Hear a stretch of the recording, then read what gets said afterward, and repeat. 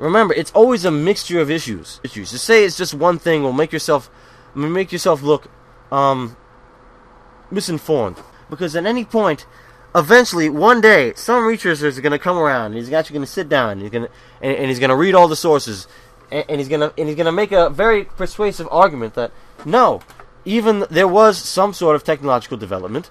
There was some kind of technological development, despite all of the screaming imams. And it's also the fact that they're so far behind, you cannot expect them to instantly catch up in 60 years. One country can, not every country can. It's not only because of religion, because of all these other little things. The West is in a privileged position that in many ways it put itself in and that it achieved by luck to have the capability to research science whenever the hell it wants. And even though it is, look how hard it is for scientists today to research science. Think about today. If a budding scientist deep in creationist land wants to actually do a real scientific paper, he has to go somewhere else. The same thing. I know I'm in a university. I see hundreds of Islamic people, but they're not in Tehran. They're in my university, in America, because that's the good university. Even language barriers are important. How many scientific papers have you read that were in Arabic? Pretend that there are 100 scientific papers in Arabic. How many English-speaking scientists with any credibility will have read them? And if they don't read them, they don't know they're there. I'm not saying they are, but just think about that. You also have these damn dictators. These tyrants who instead of trying to make their own country progress, they always blame the West, you know? There's been scholars like Memi, like Albert Memi, who's complained about things like this. If you ever read the book, The Colonization and the Decolonized, that he wrote, it's pretty eye-opening. Some people, these people are generally assholes. They blame what's called neo-colonialism.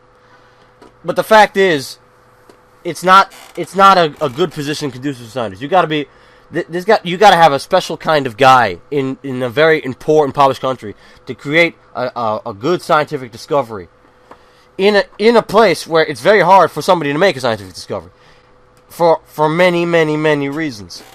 Obviously, if you read the Quran and you are an absolute fundamentalist in Islam, you're not going to become an amazing scientist. But I always think of the Dark Ages, where even though everyone believed in the Bible, and there was no scientific theories out, and there were no scientific theories out there to contradict them, you still had people like Roger Bacon. Women still had more rights than people thought they do. There was still scientific advancement. You had people in the Islamic world like Averroes. Islam and Baghdad were powerhouses in the Middle Ages. Any scientific progress that Baghdad had back pretty much died around 1250 when the Mongols invaded and everything was sent back.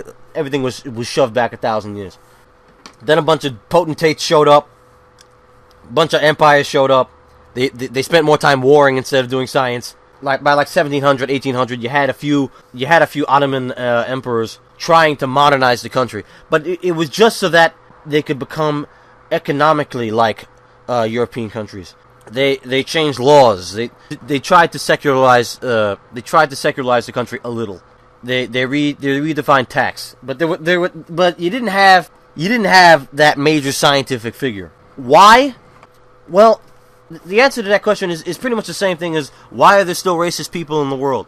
Science has proved racism to be completely bereft of justification. We've had the civil rights movements. It should be gone, but it's not. There's still hangovers. There's the religious aspect to it. There's the cultural aspects to it. There's the ignorance aspect of it. But there's also the reason that it's only been a couple of decades. You can't get rid of this damn thing so quick. You have institutions based on racist ideas that are hundreds of years old. You can't instantly fix them.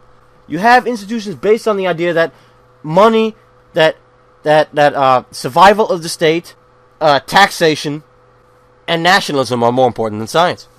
These things aren't going to change that fast. You can't expect countries that are desperate to survive right now to be innovators in the scientific field. You can't expect countries that are more concerned with economic problems and war problems to become innovators. The West is in... I know I'm repeating myself, but the West is in a very privileged position that other countries are not. To change it, it requires a less strict adherence to religion, but it also requires more money. It also requires a reversal of economic and political trends that have been going on for hundreds of years. It also requires a need for science. You remember, necessity is the mother of invention. The Dark Ages didn't experience that much technological innovation because, frankly, A, people didn't really need it. They were able to survive, and people didn't know they needed it. People didn't know that, hey, if I invent a new kind of crop rotation, I can get more food and I won't have to die of famine. People didn't know. Back in the Middle Ages in the Islamic world, mathematicians expanding on Greek ideas and trying to do it in 3D, but they had no idea that there could be 4D.